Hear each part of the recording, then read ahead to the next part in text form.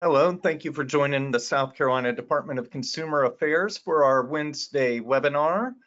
My name is Scott Cook, and I'm the Communications Director here at SCDCA. Today, we're going to be talking about filing a complaint with SCDCA, kind of how that process works, the information that we get from complaints that are filed, how it's used, and just kind of how that interaction with those businesses, how all that takes place. And this is kind of one of the key missions of our agency. We're here to kind of help take these consumer complaints anytime people have an issue involving a business. And we mediate thousands of complaints each year. So we're going to kind of go over that process. We'll give an explanation of the voluntary mediation that we use with a majority of the complaints. We'll talk about how to file a complaint, the types of complaints we commonly receive, and all of this is free. That's kind of the important part to mention here for folks. And you can file a complaint if you're a South Carolina resident, or if the business that is involved is also based in South Carolina, you can file a complaint. You can also file one if it's not in the state as well, as long as you're a South Carolina resident. But that's kind of the process that we'll kind of go over throughout this webinar. We've got a quick little roadmap of our presentation for today. Again, we're going to do a little quick overview of SCDCA, who we are, what we do, and how we can help. Then we'll talk about some of the complaints from 2023. We'll go over the basics of filing a complaint, the complaint process, the closing categories that we use once a complaint has been handled by our agency. And we'll also kind of discuss about some of the referrals that we do. Sometimes we have to send complaints to another state agency or another agency. So we'll kind of walk you through that as well, some of the common places that we refer a complaint to. And we'll kind of go over some other information and some frequently asked questions as well. So how can SCDCA help you? Of course, you can file a complaint with our agency, and that's kind of what we'll get into throughout this presentation. So I'll kind of revisit that here in a second. You can also report a scam with us. You can report scams even if you didn't fall victim to one. And we use that information to kind of monitor whatever's happening across the state. And we use those details that you provide to go across the state and kind of educate other people about what's happening and things to watch out for. You can report identity theft to our agency. We have an identity theft unit that was created a little bit more than 10 years ago, and they can kind of help walk you through that process if you're an identity theft victim. They have a checklist that they can go through with kind of various types of identity theft, and they can walk you through that and kind of look at what's happened for you and help you figure out who you need to contact and the steps that you might need to take to kind of better protect your information and your financial accounts. You can also background a business on our website.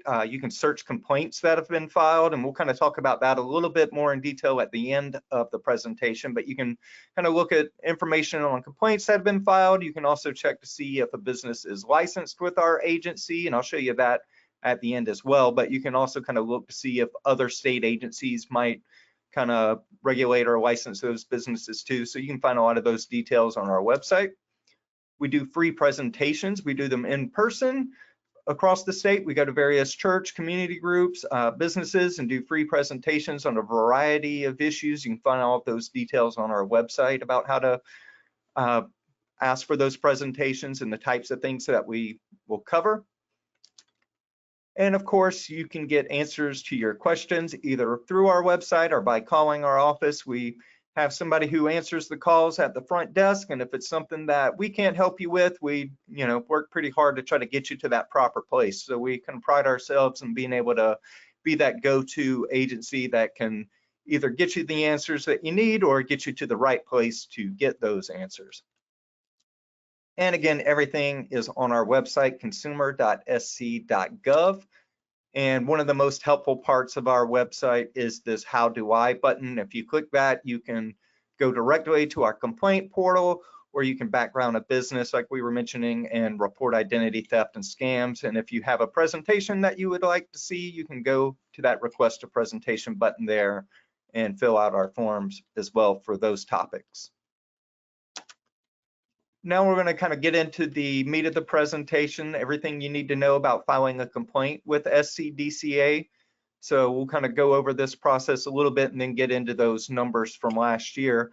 But our complaint process really is a no cost option. Again, everything's free, and we try to find those equitable solutions for consumer and the business. It can be refunds, credits, adjustments. It just kind of varies from situation to situation.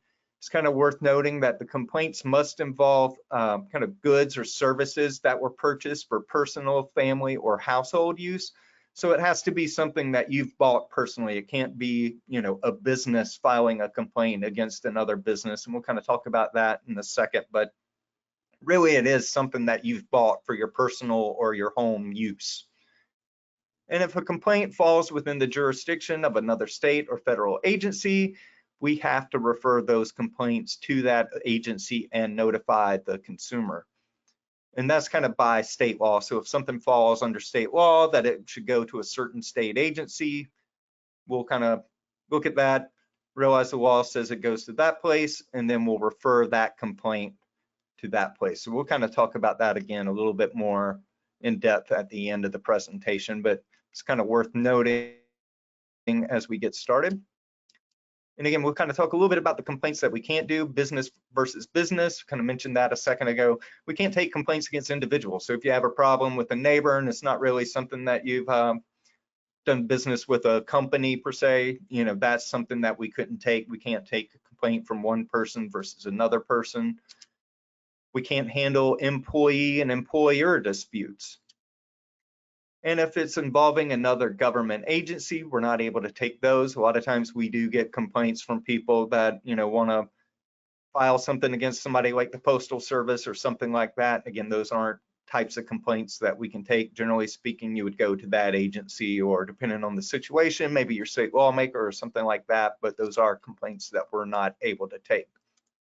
We're also not allowed to take complaints about discrimination. We'll kind of go through some of the processes for that briefly when we talk about referring to other agencies.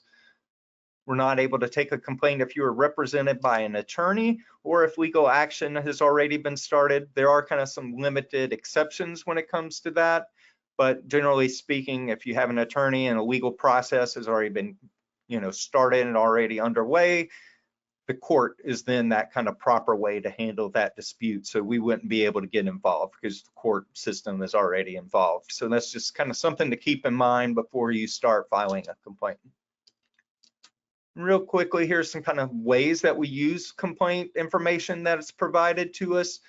We share that information directly with the business that you filed a complaint involving. So that's kind of important to know. A lot of times people might look at that and they say, oh, I don't want that business to know, especially if it's like a homeowners association or something like that. They don't want their neighbors to know that they were the one who filed the complaint. We have to file or share that information directly with that business. And a lot of that is just that business has to be able to respond appropriately to the situation. So they need to know all the details about, who filed that complaint and what those details were involving that complaint. So that's kind of why that information is shared with them. And complaints are available on our public search site. We'll show you that a little bit later at the end of the presentation, but just general information about that complaint would be on there. It's not going to have your name listed publicly on the website or anything like that, but people can look and see that a complaint has been filed against a certain business or involving a certain business. So just kind of keep that in mind, that that information is available on a public search site, and is going to kind of provide a little brief summary of what happened and the date that that complaint was filed. So that information is kind of considered public record. And we analyze complaint data as well to help us kind of find out about illegal business practices, enforce consumer protection laws, and identify trends that may be kind of going on throughout the marketplace.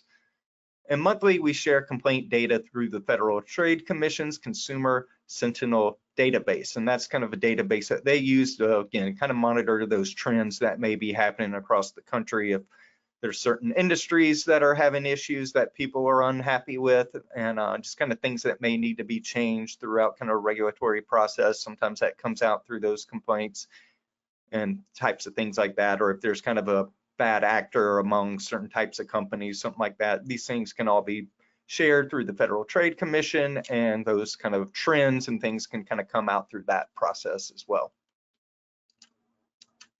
And real quickly, we kind of want to show you a little bit about the different types of divisions in our agency that might handle a complaint. Usually it's going to either be our consumer services or our legal complaints divisions. Those are our, the two major ones that would hire or kind of handle these types of complaints. And all of the complaints generally start in the consumer services division of South Carolina Department of Consumer Affairs.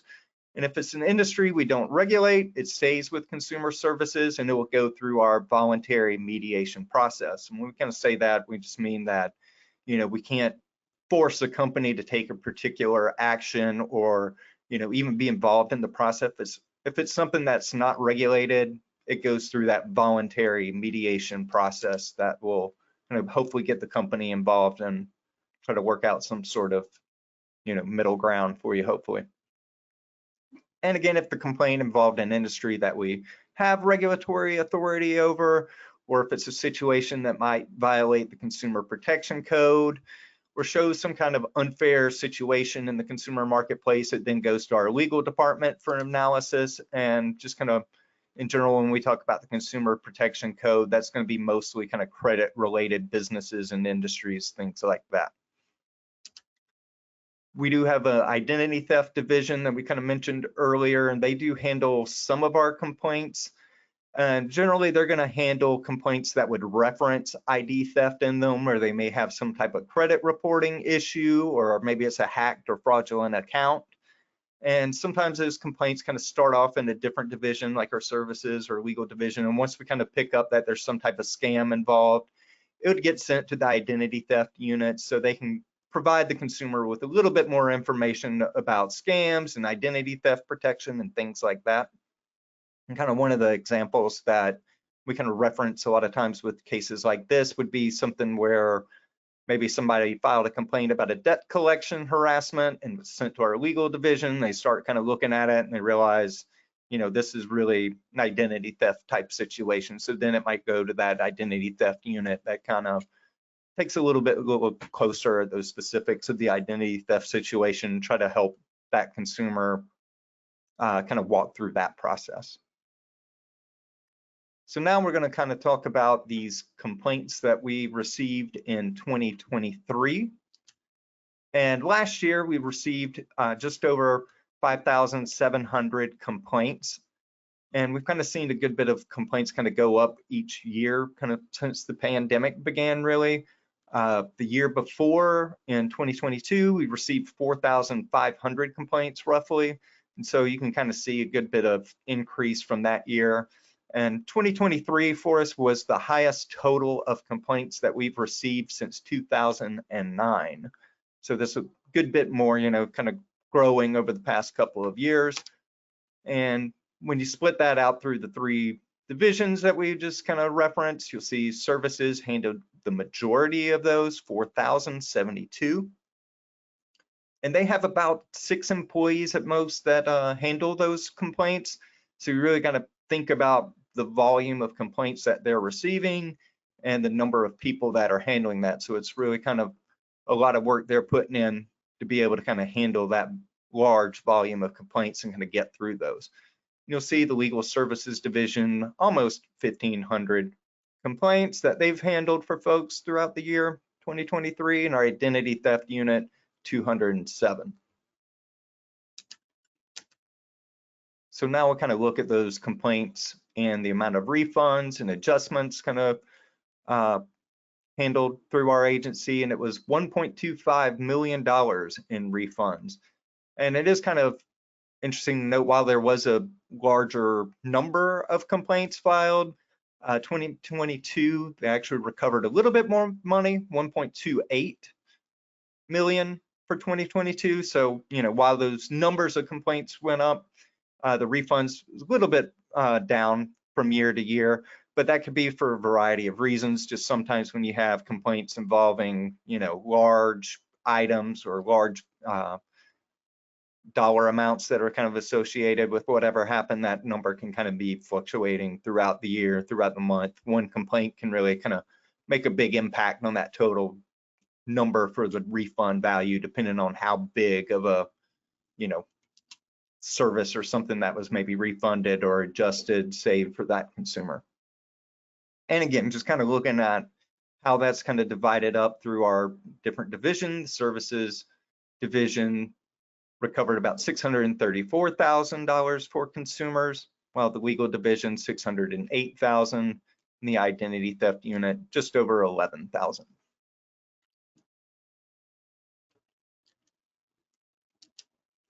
And on average, when somebody files a complaint, it generally took about 38 days in 2023 for that complaint to be resolved and kind of go through our entire complaint process.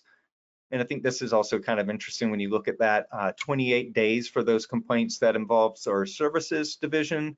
That's a pretty quick turnaround, and we'll kind of go through that process here in just a minute, kind of show you kind of our calendar and how those complaints work and kind of the time frame we give businesses to respond to that. But for the services division, 28 days for the average complaint to go through the process. Legal division, no surprise really that it does take longer if something's kind of involving those complicated matters that get sent over to our legal division. It can take up to 70 days on average, was kind of that for 2023 to resolve those complaints. And with identity theft unit, 41 days as those complaints kind of went through that division.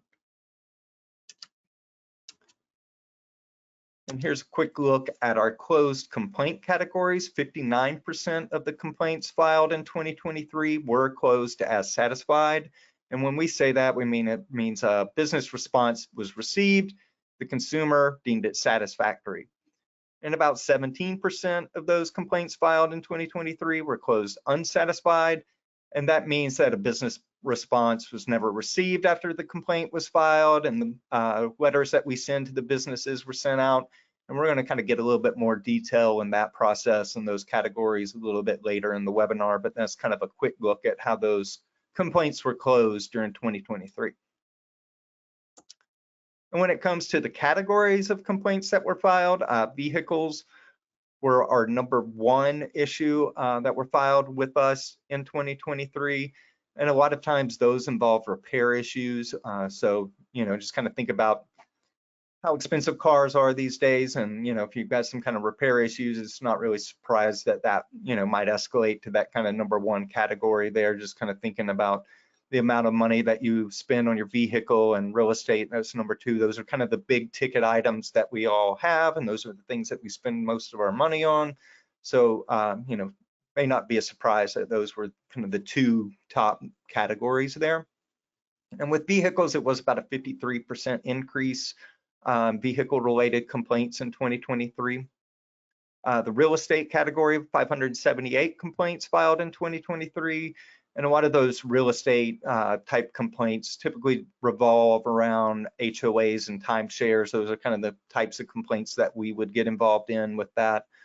Some of those other real estate things would be probably referred out to another agency. So when we talk about real estate in SCDCA, we're generally talking about HOA and timeshare related issues. And with our contractors, we had 242 complaints filed in 2023 involving those types of issues. And they can kind of be a variety of different topics when we get involved with contractors, maybe anything from a window installation, home security, solar complaint. Maybe it's a contractor issue that we then refer to Department of Labor Licensing and Regulation. They're the state agency that kind of license those contractors sometimes, depending on what type of contractor they are. Those are oftentimes kind of the regulatory authority for those types of issues. So a lot of times we'll refer those things out to LLR. So now just kind of a little bit about how you can file a complaint. We really have two main methods for doing that. The easiest one and the one that we encourage folks to use the most is our website. That's going to be kind of the quickest thing for you, and it's going to be kind of the easiest way for you to be involved and kind of look at your complaint and what's happening. So you can go to consumer.sc.gov, and we can kind of walk you through that process here in a minute, but that's going to be the easiest way and the way that we encourage folks to use. You can also print out a form and mail it in to us. Again, I've put that PDF of that form on our website, and I'm going to show you that here. But we can also mail it to people. A lot of times we have folks who tell us they don't have a printer or something, so we can put that in the mail and send it to you. This is kind of what that form looks like. It's pretty simple. So you'll put your information there on the left side in those boxes, and then we'll need those details about the business. Sometimes people don't want to put a lot of that information in there, but we really need that contact information for the business. And again, it's because we've got to reach out to that business and give them that opportunity to respond to whatever you're wanting to see happen in that, and that just kind of gives them that opportunity to make something happen for you. We've also got a few other little questions there that we ask, but again, you're going to need to go through and kind of give us a brief explanation of what happened. If you don't have enough room in that box, you can print it out on another sheet of paper and attach it to it. That's not a problem. Just kind of note on there for us so that you've got more information attached or stapled or whatever the case may be. And again, you'll kind of want to put a little bit of information of what the company told you, kind of what you want the business to do, that type of stuff. And again, just kind of keep in mind if you're filing through the paper process, it does take a little bit longer.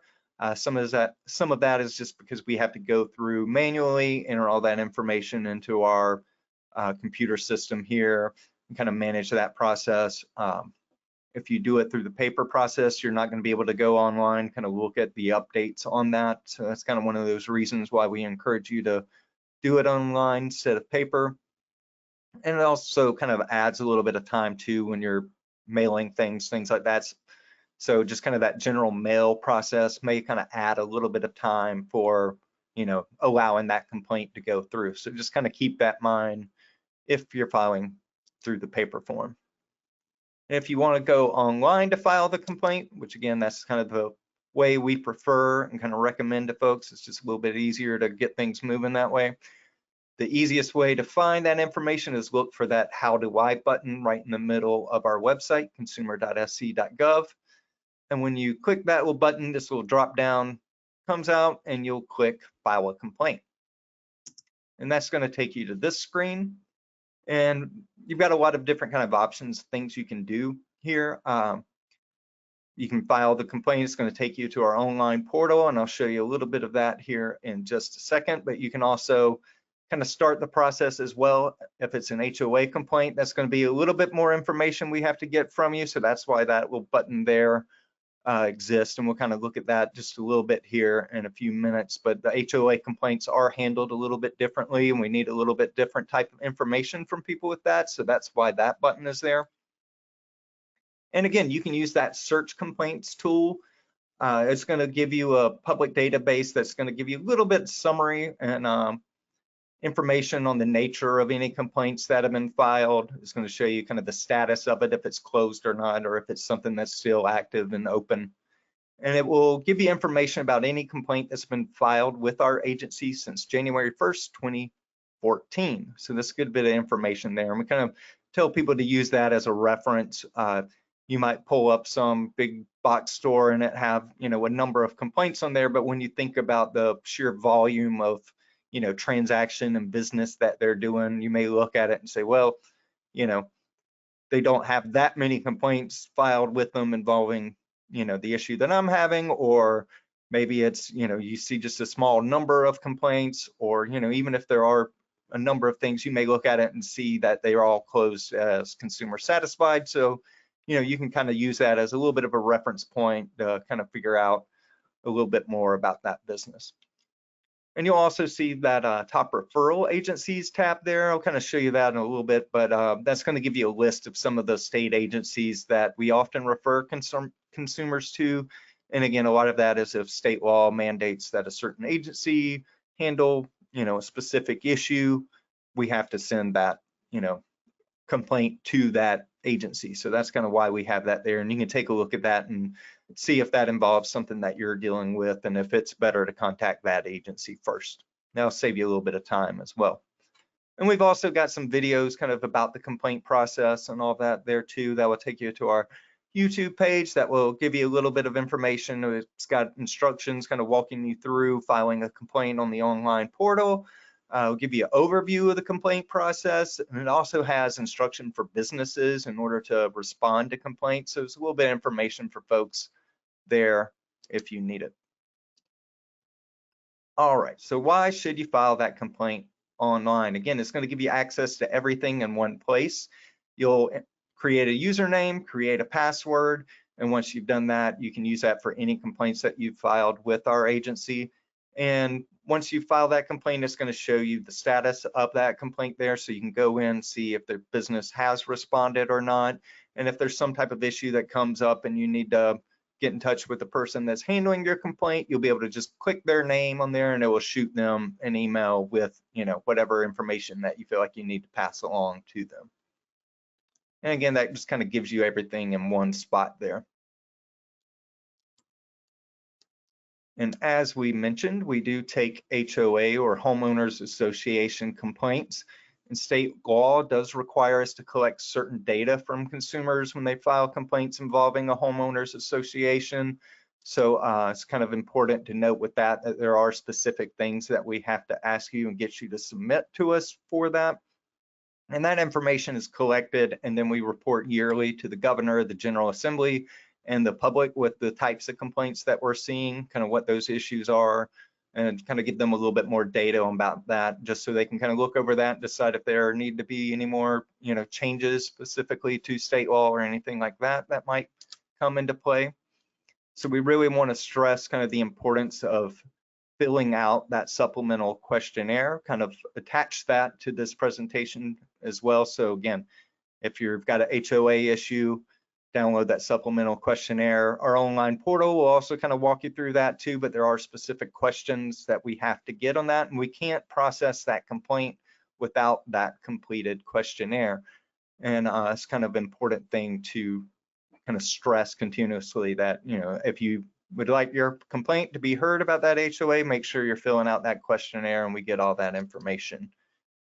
And it's going to ask you a little bit of, those key things that lawmakers want to know about it. Some of the questions that are on there is there an HOA management company? Have you received a copy of the governing documents? Do you understand your rights and obligations under the governing documents? And again, this information is required. We have to have it submitted to us in order for that complaint to go forward.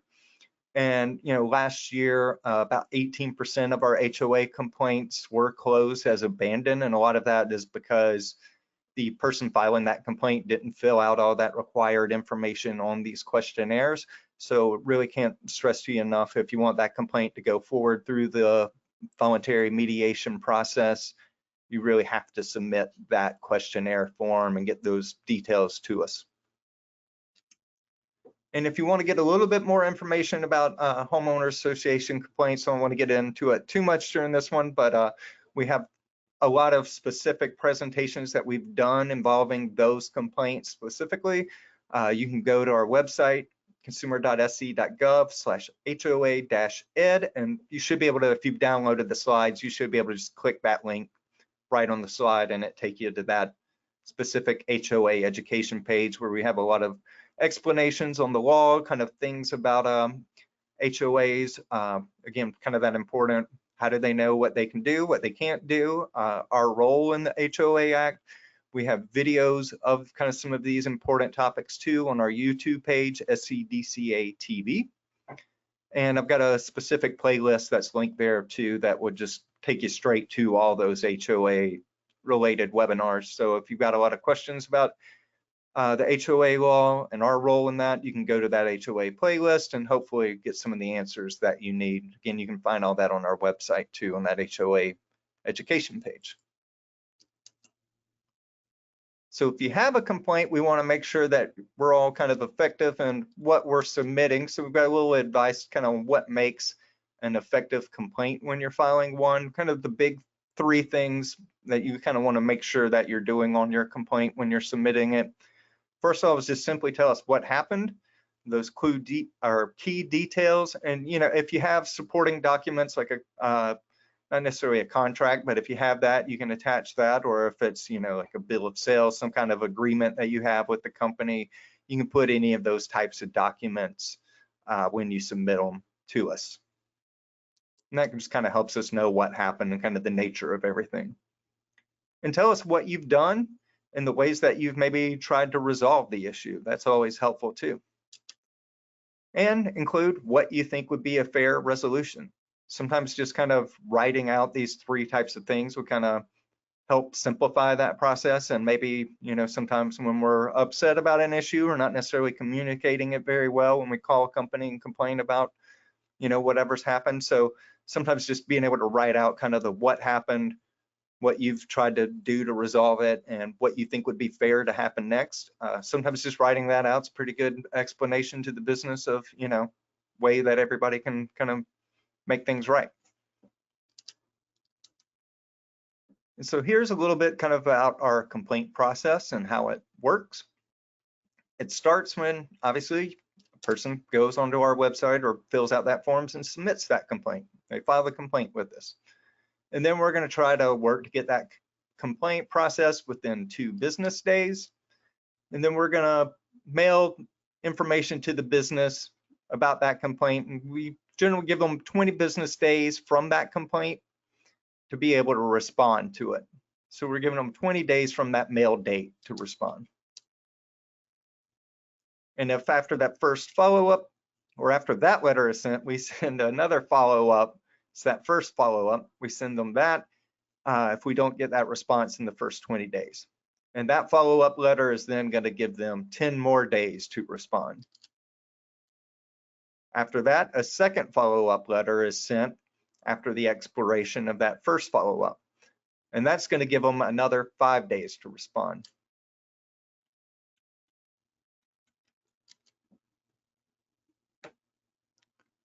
And the business will be notified that we will close the complaint as unsatisfied if no response is kind of received after that second follow-up. And after that, kind of that timeline expires there.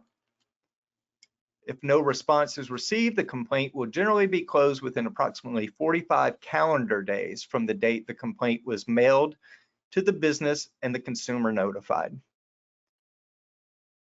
And again, at any point that a business response is received, it's going to be reviewed by somebody on our staff. And if we have additional questions regarding that response, we're going to reach back out to the business for clarification before we provide that response to the consumer. And then once all that's kind of handled, the consumer will be notified of the business response. And once all the process kind of plays out, we kind of close things in certain types of categories. Again, we kind of mentioned that a little bit earlier, but I wanted to give you a little bit more on how we close those categories out. Satisfied, when we listed it as satisfied, consumer satisfied, generally that means the business has responded and it's been received. The consumer deems it satisfactory. We also might close it as satisfied, adequate business response. And that usually means that the business has responded, it's been received. It may not satisfy the wishes of the consumer, but the business has responded to all the points of contention and referred to a policy that supports their claim. When we close a business or close a complaint as unsatisfied, usually means that the business response was never received after the complaint, and reminder letters were sent out, but nothing was ever received from the business in regards to that complaint. Again, referred, usually when we talk about that, it just means that we sent that complaint to another agency, usually a government agency such as labor licensing regulation or one of those, and we'll kind of run through some of those here at the end. Sometimes we get just kind of information complaints.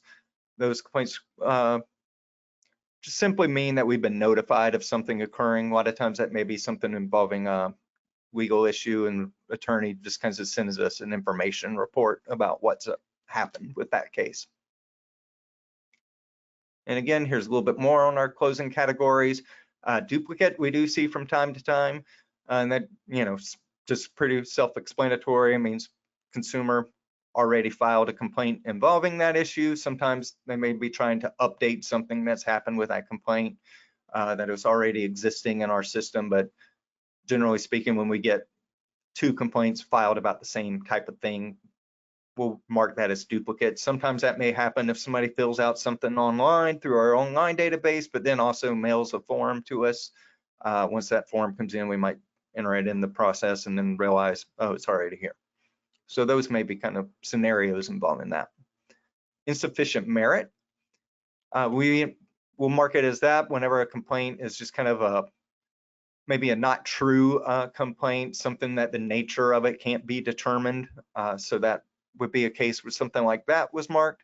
Abandoned, again, that's times where the consumer kind of stops that process and doesn't provide all the requested information necessary to for us to proceed with it. Again, HOA complaints are a good example of that. We don't have everything entered in those supplemental forms, so that might be a scenario where we're not able to really proceed with the complaint process because we didn't receive all the information necessary from the consumer.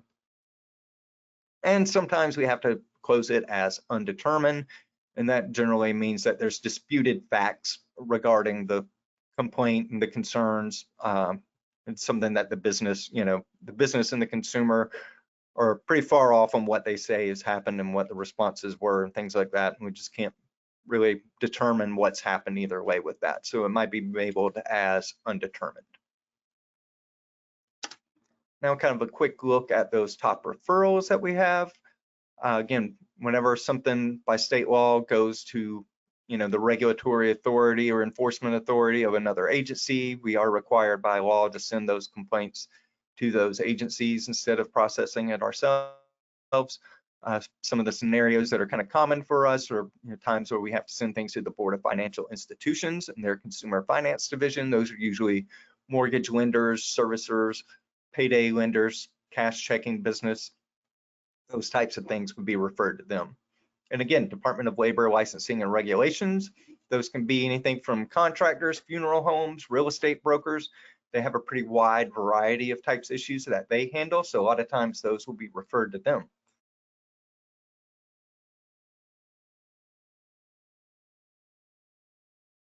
The Department of Insurance is another common one that we have to refer folks to.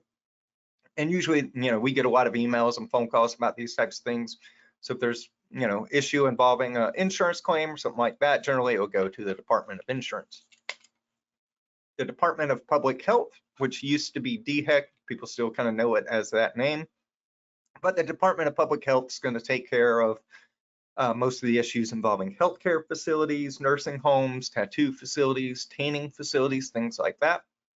There's a pretty wide range of different topics that they might handle.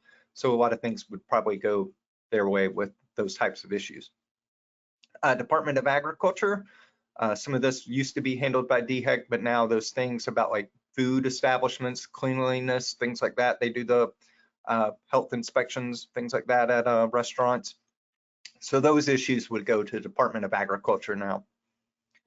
In the Secretary of State's office, we send them information on, if you're looking at information on business filings like LLCs, charities, notaries, those would go to Secretary of State.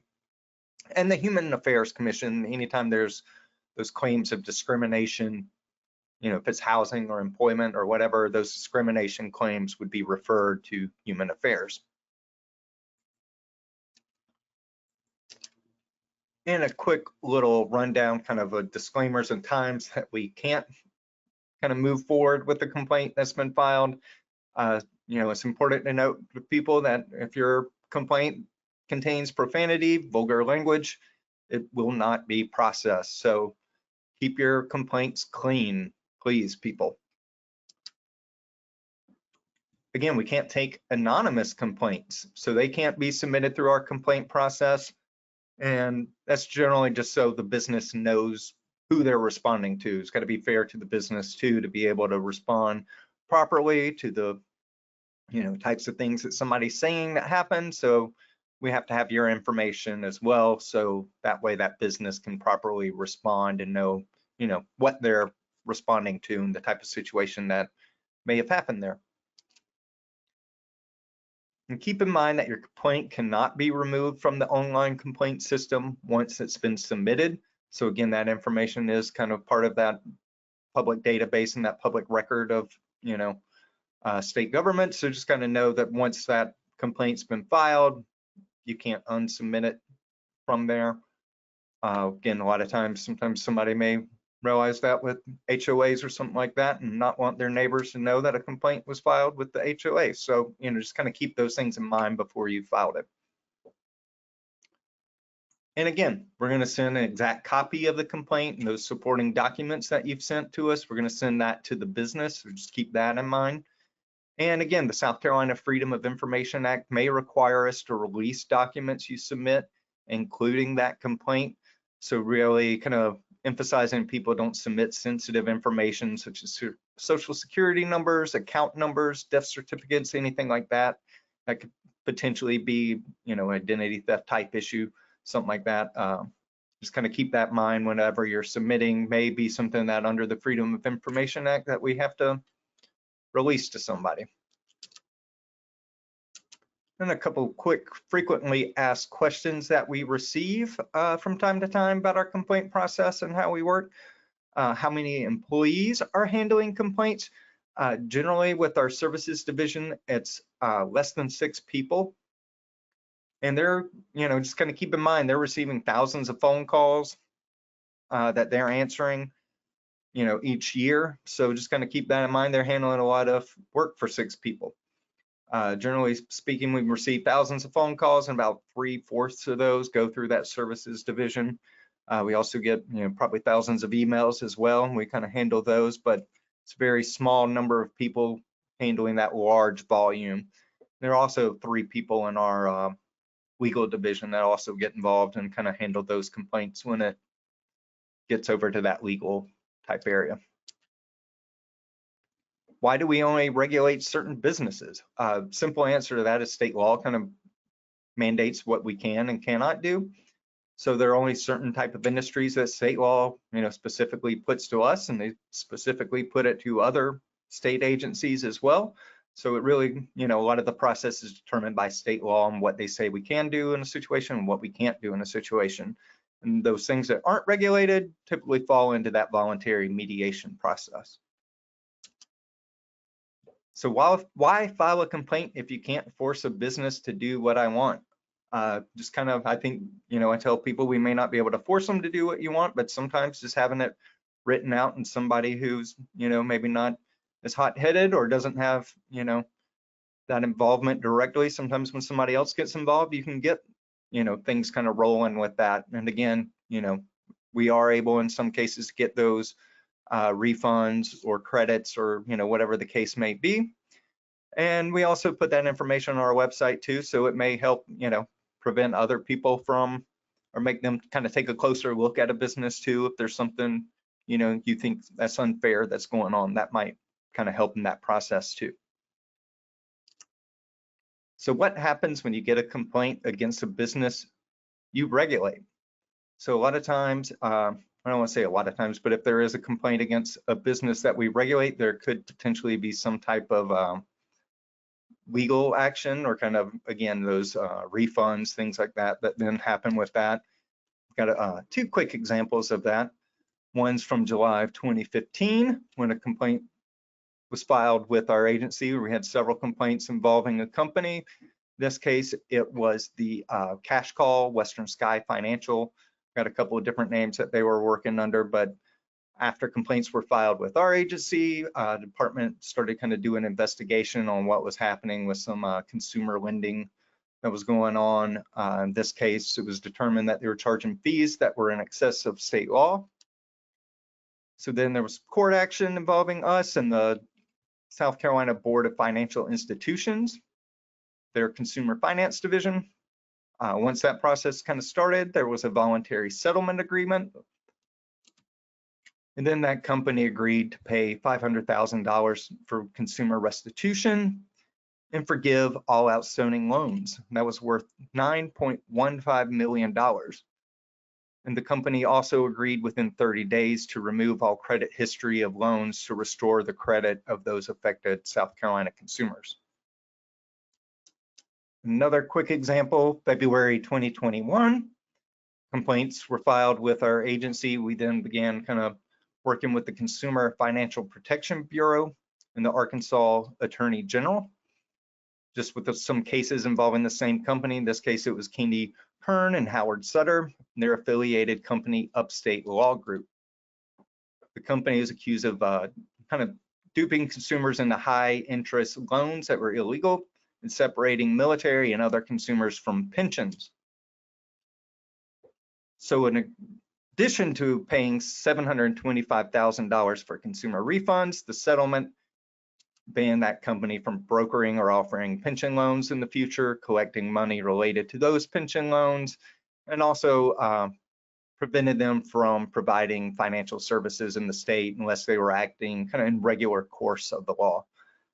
And earlier this year, just kind of a little update with that too, CFPB, Consumer Financial Protection Bureau, they issued $6 million in financial relief to consumers nationwide that were kind of involved with that issue. So, complaints that started at the South Carolina Department of Consumer Affairs kind of went up, through that legal process. And as other, states and federal institutions got involved, it kind of led to this type of settlement there. And I know we probably have a few questions here, and I'm going to try to get to those here in just a second. But before we do that, I want to give you a quick look at our complaint search portal. Again, I've kind of mentioned that a little bit earlier. And it's the same portal that you use to file a complaint. It'll also give you a little bit of information about complaints that have been filed with us, and you can use that direct link there that I've got on the PDF, but you can also, again, file that on our complaints page too. But it will pull up a little window that looks like this, and as long as you got a little bit of information about the company that you want to find out a little bit, you'll be able to put that in there. You can either search by name, or if you only know part of the company's name, you can put you can click that little name contains button and use that to be able to search. And if there's several complaints against a company, it will tell you the number of complaints that have been filed with us involving that company, and it'll give you something that kind of looks like this. And you can click on that complaint date and get a little bit of information, but it's going to give you a quick summary of what happened. You can take a look at that, and it'll also kind of give you some information about the status of it, if it was closed as satisfied. In this case, you've got two complaints. One was consumer satisfied, the other was unsatisfied. But you may look at that and say, well, a complaint hasn't been filed against this company in 4 years, and before that it was 2014. I may be okay with that. So you can kind of take a look at that and evaluate kind of what those situations were in those various scenarios and decide, what you may or may not want to do as far as doing business with somebody. And again, we've also got a little bit of information on backgrounding a business on our website. I'm going to click this link. Hopefully it will open up and show you everything properly here. But I just kind of wanted to give you a quick look at that page, and that's under our consumer resources page here. But it will give you a little bit of information where you can click to see if somebody's licensed or not with our agency. And you can also scroll down to see, again, some of those other state agencies that we might refer people to. And it'll also give you access to that search complaints page, and it'll give you a little bit of information about other things that we have, like you can compare some of the different rates, charges, and fees from companies that we license or regulate. And as always, you can report identity theft situations to our agency. You can go up to our identity theft page and either report identity theft, report a scam, and you can also take a look at security breach notices that have been filed with our agency. If a company has a security breach that involves 1,000 or more people, they notify our agency, and we put a copy of that notice on our website. All right, we're going to take a look here at some of the questions that submitted. So give me 1 second while I get my question box open. The first question that we had is somebody able to remove their property from an HOA? Not that I'm aware of, because if you've purchased the, I guess without the HOA agreeing to do all that, there may be a process with that. But generally speaking, once you've signed that contract at the time that you've bought that home, you're agreeing to those terms of being in that homeowners association and everything that comes along with it. So that's really kind of part of that real estate sale at that point. And there are forms and things that they have to give you when you are making that purchase that notify you that it is part of an HOA. So that's kind of that part of that written agreement there. So it is kind of a contract that you're entering at that point in time. And then we had another question kind of asking about the legislature and dealing with HOAs.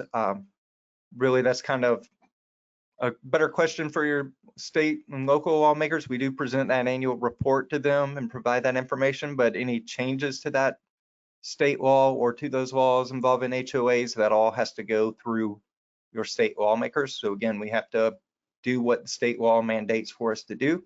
So any of those changes to state law would have to go through the state legislature. And with any of these types of issues, we really kind of encourage people, let them know how you feel one way or another. If you're passionate about that, you can call your representative or your state senator, and let them know the issues that you're kind of seeing with that and what you would like to see happen, and really kind of talking to them directly about, those types of issues that you're dealing with might be the best way to, get that type of action that you want. And again, too, sometimes even with HOAs, we tell people, if you're wanting a specific action with your HOA, sometimes you got to talk to your HOA board. You may even want to try to get people on your HOA board that feel the same way about those types of issues that are going on in that community. So you may want to kind of work to have those elected people on your HOA board that are kind of in line with you with that. So, get involved really is kind of what I'm saying with that too. That's one of those other ways that you can kind of impact those issues involving that as well. Somebody asked us, do other state Department of Consumer Affairs do things that our state doesn't? Well, each state's going to have various laws. There are times, when we will take a look at a complaint if it's filed with a business that maybe is based in another company, and we may say, that issue probably is directly regulated or have some kind of state law that would enforce, X, Y, Z in that state, especially if it's, like I said, a company that is based in another state.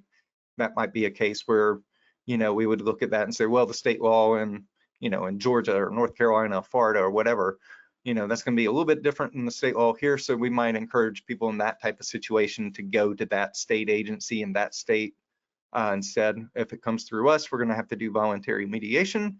But, some states have different state laws. So you might want to kind of take a quick look at what's going on in that state and decide if, you want to file that issue with that state if it is somebody that's based in that other state.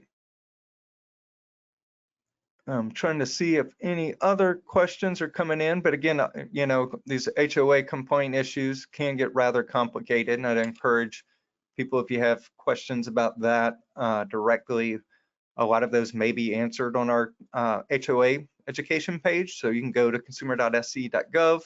There's a little homeowners association education page on there. You can get a lot of answers to that. We have copies or direct links to the state laws involving that. We also have kind of summaries of the various types of laws that handle HOA issues. A lot of it depends on what type of HOA it is. Generally speaking, I tell people each HOA is different. So to kind of depend on what their governing documents are, that's really going to be a lot of what may or may not direct your direct answer to your question, but kind of take a look at those governing documents, see what's in there and understand those. And you can always file a complaint with us involving those issues, but just make sure you're filling out those supplemental questionnaires and that type of stuff, so those complaints aren't kind of considered abandoned with that. We thank you for joining us today. We hope you'll join us for another one of our Wednesday webinars. We do them each week at 10:30 a.m. So we hope to see you again soon. Thank you.